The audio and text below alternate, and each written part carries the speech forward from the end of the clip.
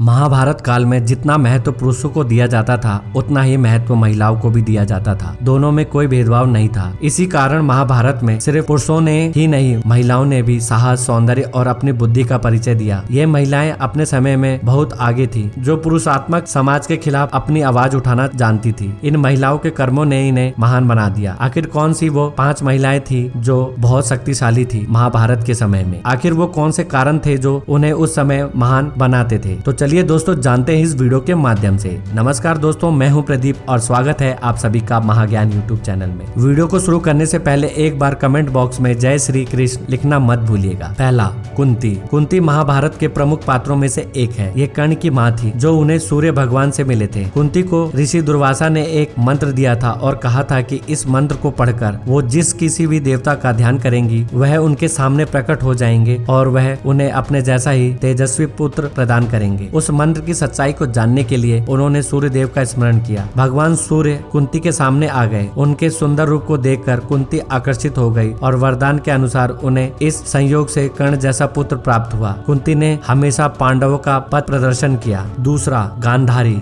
गांधारी गांधार देश के सुबल नामक राजा की कन्या थी। क्योंकि वह गांधार की राजकुमारी थी इसलिए उनका नाम गांधारी पड़ा। यह हस्तिनापुर के महाराज धृतराष्ट्र की पत्नी और दुर्योधन आदि कौरवों की माता थी। गांधारी की भगवान शिव में विशेष आस्था थी और वह शिव की परम भक्त थी। अपने पति धृतराष्ट्र के अंधा होने के कारण विवाह होते ही गांधारी ने भी आंखों पर पट्टी बांध ली थी तथा उसे पूरी जिंदगी बांधे रही। एक पतिव्रता के रूप में गांधारी आदर्श नारी सिद्ध हुई। तीसरा, चित्रांगदा। चित्रांगदा मणिपुर नरेश चित्रवाहन की पुत्री थी। जब वनवासी अर्जुन मणिपुर पहुँचे तो उसके रूप पर मुग्ध हो गए। उन्होंने नरेश से उसकी कन्या मांगी। राजा चित्रवाहन ने अर्जुन से चित्रांगदा का विवाह करना इस शर्त पर स्वीकार कर लिया कि उसका पुत्र चित्रवाहन के पास ही रहेगा, क्योंकि पूर्व युग में उसके पूर्वजों में प्रभजन नामक राजा हुए थे। उन्होंने पुत्र की कामना से तपस्या की थी तो शिव ने उसे पुत्र प्राप्त करने का वरदान देते हुए यह भी कहा था कि हर पीढ़ी में एक ही संतान हुआ करेगी। अतः चित्रवाहन की संतान वह कन्या ही थी। अर्जुन ने शर्त स्वीकार करके उसे विवाह कर लिया। चित्रांगदा के पुत्र का नाम भब्रुवाहन रखा गया। पुत्र जन्म के उपरांत उसके पालन का भार चित्रांगदा पर छोड़ अर्जुन ने विदा ली। चौथा, द्रौपदी। द्रौपदी पंचाल नरेश राजा द्रौपद की बेटी थी। द्रौपदी महाभारत की सबसे खूबसूरत महिलाओं में से एक थी। अर्जुन ने द्रौपदी को स्वयंवर में जीता था, जिसके बाद उनका विवाह 5 पांडव से हुआ था। भरी सभा में कौरवों ने द्रौपदी की लज्जा भंग करने का प्रयास किया। द्रौपदी ने अपना अपमान सहकर चुपचाप बैठना सही नहीं समझा और उसने इसके खिलाफ आवाज उठाई। इस अपमान का बदला महाभारत के युद्ध के रूप में लिया गया। पांचवा, उर्वशी। उर्वशी इंद्र के दरबार की बेहद खूबसूरत युवती थी। उर्वशी अर्जुन को पसंद करती थी और उसने अपने प्यार का इजहार भी किया, लेकिन अर्जुन ने उनके प्यार को ठुकरा दिया। उर्वशी महाभारत काल की सबसे निडर और बेहद ही खूबसूरत युवती थी। उर्वशी महाभारत काल की वह स्त्री थी जिसने बिना डरे सभी के सामने अर्जुन से अपने प्रेम का इजहार किया था। मैं आशा करता हूँ कि इस वीडियो के माध्यम से आप सभी को बहुत कुछ जानकारी मिली होगी। दोस्तों, इस घटना को लेकर आपको क्या कहना है हमें कमेंट करके जरूर बताइएगा। और अगर वीडियो पसंद आए तो वीडियो को लाइक, शेयर और चैनल को सब्सक्राइब करके बेल आइकन को प्रेस करना मत भूलिएगा। जल्दी मिलते एक नए वीडियो के साथ, तब तक के लिए बाय, टेक केयर।